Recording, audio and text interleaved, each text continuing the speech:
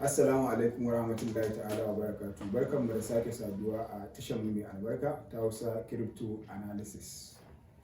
A yau abubuwan da za mu tattauna a kai shine menene analysis da kuma kalolin analysis. Menene analysis? Analysis normally ana yin shi ne kafin ka shiga kasuwa, financial market. Za ka duba ka ga yanayin da kasuwa take ciki, shin ya kamata in shiga ko kuma ya kamata in tsaya. Shin in zan shiga zan jima a ciki ko kuma dan shiga zan yi in fita ko kuma ma ba zan shiga ba gaba ɗaya. Kalolin analysis. Kalolin analysis a financial market ko in ce forex market guda uku ne. Akwai fundamental analysis, akwai technical analysis, sannan akwai sentimental analysis. Bari na fara da technical analysis. Technical analysis shine analysis ne wanda za ka yi kafin ka shiga kasuwa. Za ka je ka duba kalar chart, lallan chart, me yake faruwa da chart ɗin, ina chart ɗin ya dosa, menene ya faru a kasuwar kafin ka shiga. Ka ɗan yi analysis ɗinka, in ya kama ka ɗan zazzana abin da za ka zana, su trend line ne, su support da resistance ne, duk ka zana su guiding ɗinka ina kasuwar take. Fundamental analysis. Fundamental analysis wannan shine wanda zan dan fi bayani sosai a kai, saboda shi directly kusan ya shafi abin da ya shafi cryptocurrency. Shi fundamental analysis za ka zauna ka ji news ko in ce labarai akan abin da yake faruwa akan pace ne ko kuma cryptocurrency.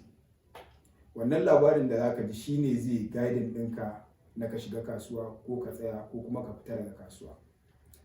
Yawanci labari a fundamental analysis kala biyu ne. Akwai labarai masu kyau, akwai kuma labarai marasa kyau.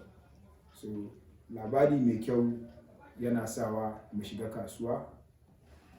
Labari mara kyau shi ma zai sa ka shiga kasuwa amma ta wani fuskar.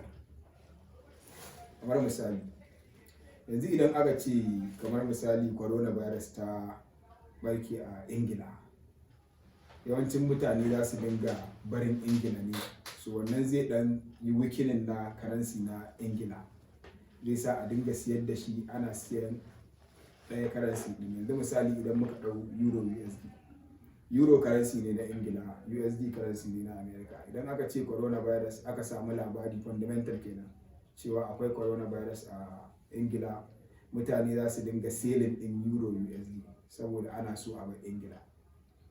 So wannan fundamental ne mai kyau. Sannan kuma idan aka ce yau misali kamar an ɗau World Cup an kai shi Ingila, mutane za su dinga tururuwa suna tafiya Ingila. Wannan zai sa a dinga buying din euro USD. Kun ga wannan shi ma labari ne a fundamental ne mai kyau. Sannan idan ka kalli a bangaren cryptocurrency, shi ma fundamental yana taka muhimmiyar rawa sosai. Idan za ka shiga kasuwanci irin namu na cryptocurrency, dole sai ka dinga bin fundamental. Akwai mutanen da ake ce musu market makers, kamar yanzu misali ka ɗau Elon Musk. Idan ka ɗauki Elon Musk, yanzu da za a ce coin zai zo sabo, Elon Musk ya hau ya yi magana, kamar misali ka ɗau Dogecoin. Lokacin da Dogecoin ya zo, mutane ba su san Dogecoin ba, amma Elon Musk yana zuwa tweet ɗin shi ya rubuta Doge kawai. Washe gari sai ga Doge yana ta bullish market, ma'ana yana ta ɗagawa, ana ta buying ɗin Doge, ana ta buying ɗin Doge. Kun ga wannan fundamental ne mai kyau. Saboda me? Saboda Elon Musk market maker ne. Amma kai yanzu da za ka je ka ce Doge, ba wanda zai biyo ka, saboda kai ba market maker ba ne, shi market maker ne. Na uku shine sentimental analysis. Menene sentimental analysis?